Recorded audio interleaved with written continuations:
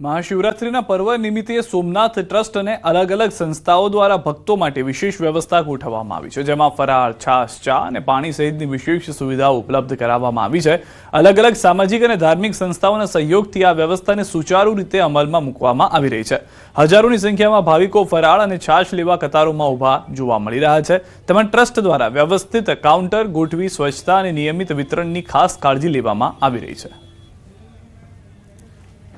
આજે મહાશિવરાત્રીનો પાવન પર્વ છે અને આ પાવન પર્વને લઈ પ્રથમ જ્યોતિર્લિંગ સોમનાથ મંદિર ખાતે મોટી સંખ્યામાં ભાવિકો છે તે ઉમટ્યા છે। જોઈ શકાય છે જે પ્રમાણે આ સોમનાથ મંદિરનો પરિસરનો બહારનો વિસ્તાર છે અને આ બહારના વિસ્તારની અંદર ભારે સંખ્યામાં ભાવિકો છે તે જોવા મળી રહ્યા છે। સોમનાથ ટ્રસ્ટ દ્વારા આ જે ભાવિકો છે તેમને મહાપ્રસાદની વ્યવસ્થા છે તે કરવામાં આવી છે અને આ મહાપ્રસાદની અંદર ભાવિકોની લાંબી કતારો છે તે જોવા મળી રહી છે।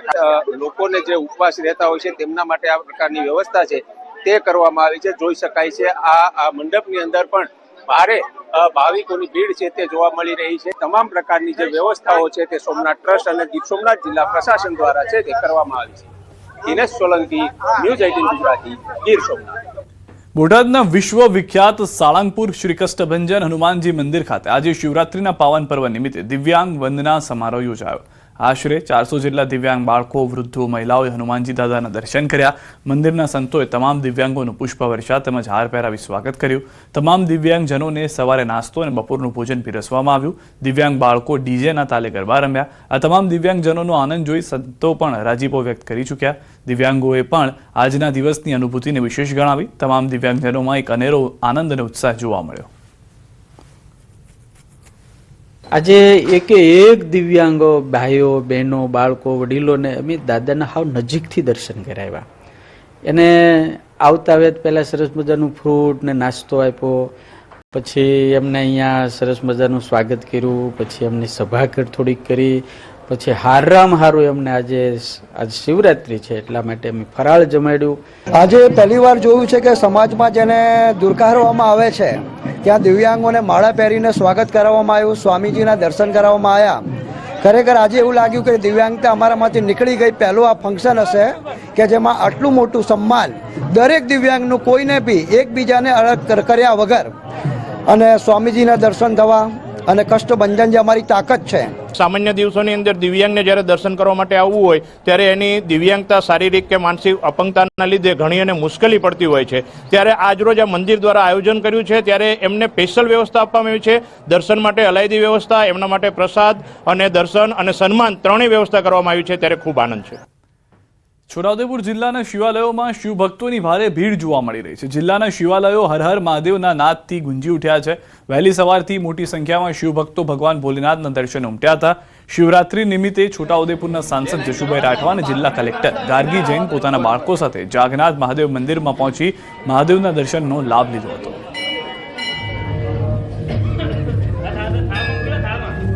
बाबा की बारात में सभी लोग पधारे। 5 बजे से नगर भ्रमण में बाबा दर्शन में निकलेंगे। अधिक से अधिक संख्या में पधारे और बाबा की बारात में शामिल होकर बारात श्री जागनाथ महादेव लौट के आएगी। जागनाथ महादेव खाते पौराणिक मंदिर છે તો લોકો દૂર દૂરથી ભાઈ ભક્તો એના દર્શન કરવા આવે છે અને એક આસ્થાનું કેન્દ્ર છે અને અહીંયા ખૂબ સરસ રીતના મહાશિવરાત્રીનો મેળો પણ થાય છે। તમામ દેશવાસીઓને આ મહાશિવરાત્રી પર્વ નિમિત્તે ખૂબ ખૂબ હાર્દિક શુભેચ્છા પાઠવું છું। વલસાડ જિલ્લામાં આજે મહાશિવરાત્રી મહોત્સવની ધામધૂમપૂર્વક ઉજવણી કરવામાં આવી। જિલ્લાના શિવાલયો હર હર મહાદેવના જયઘોષથી ગુંજી ઉઠ્યા। વાપીના લવાજામાં દમણગંગા નદી કિનારે આવેલા પૌરાણિક શ્રી રામેશ્વર મહાદેવ મંદિર ખાતે મેળા જેવો માહોલ જામ્યો। સવારથી જ ભક્તોની ભીડ ઉમટી પડી અને ભગવાન ભોળાનાથના પૂજા અર્ચન તથા આરતી કરીને ધન્યતા અનુભવી। દર વર્ષની જેમ આ વર્ષે પણ અહીં ભવ્ય મેળો ભરાયો, જેમાં વલસાડ સાથે સાથે સંઘ પ્રદેશ દમણ અને દાદરાનગર હવેલીમાંથી મોટી સંખ્યામાં ભક્તોનો ધસારો જોવા મળ્યો। શિવરાત્રી નિમિત્તે એટલી બધી ભીડ છે કે તમે જોઈ શકો છો કે આટલી ભીડ કોઈ વખત જોવામાં મળી નથી। અને ગામ લોકો અને અમારા ગામના છોકરા લોકો એટલી મસ્ત વ્યવસ્થા કરે છે કે કોઈને અડચણ થતું નથી। આજે દર્શન કરીને ધન્યતા અનુભવું છું અને આ શિવલિંગ બહુ જૂનું પુરાણું છે અને અહીંયા જે પણ આવે એની મનોકામના પૂર્ણ થાય છે। આ મંદિર પૌરાણિક તો મંદિર છે, કદાચ 1000 વર્ષ પુરાણું હશે। આ મંદિરમાં દરરોજ તો લોકોની ખૂબ જ ભીડ હોય છે પણ આજે શિવરાત્રી નિમિત્તે અહીં લાખોને ઉપર માણસો આવે છે અને પોતે મહાદેવના દર્શન કરીને ધન્યતા અનુભવે છે. કચ્છના ભુજમાં ભવ્ય શોભાયાત્રાનું આયોજન કરવામાં આવ્યું હતું, જેમાં ભગવાન શિવના જીવંત દર્શન કરાવતા ઝાંખીઓ, ઢોલ નગારા અને ભજન મંડળીઓના સ્વરો સાથે યાત્રા આગળ વધી હતી.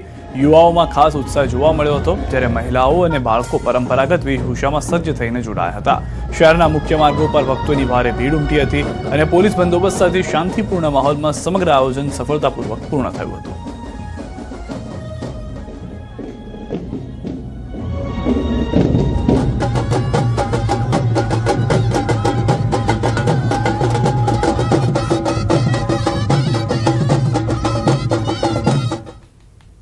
ભૂતનાથ મહાદેવ મંદિર ટ્રસ્ટ દ્વારા અને સર્વે લોકો સાથે મળી કરીને એક ભવ્ય શોભાયાત્રાનું આયોજન કરવામાં આવે છે.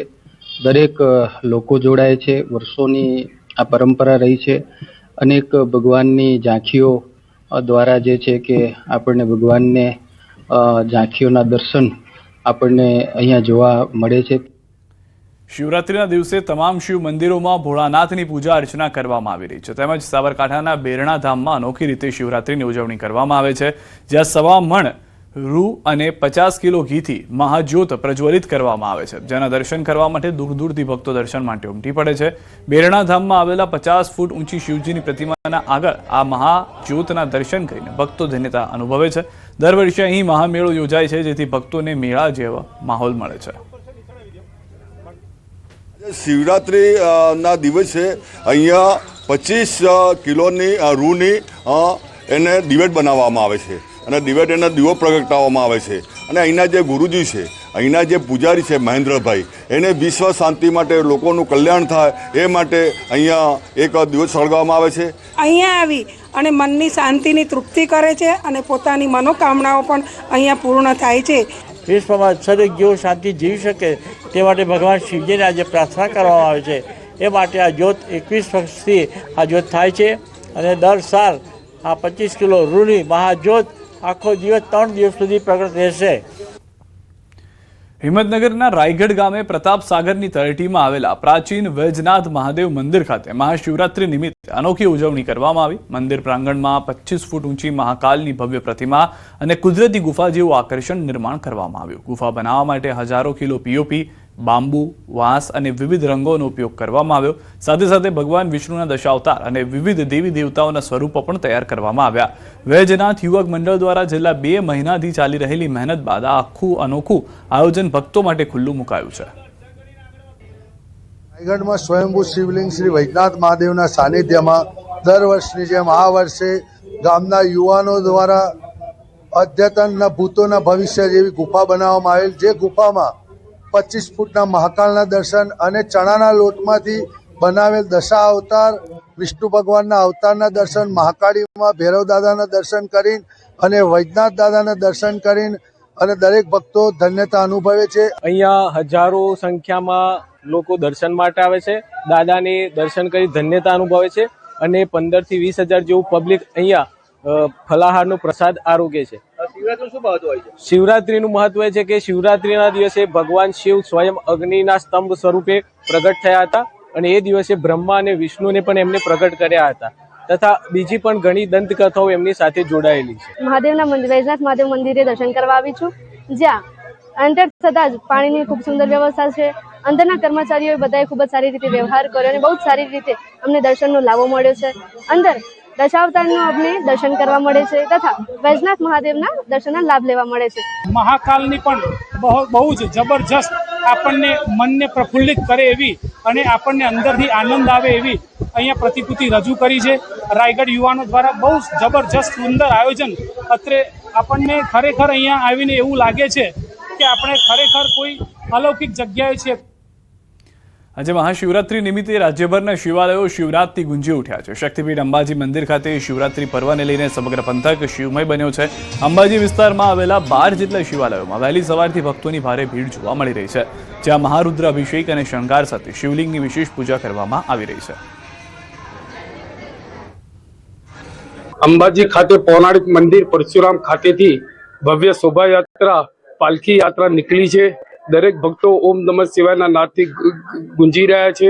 અંબાજીના 12 શિવાલયોની અંદર પાલખી યાત્રા નીકળશે અને દર્શનનો લાભ લેશે. ત્યાંના પૂજા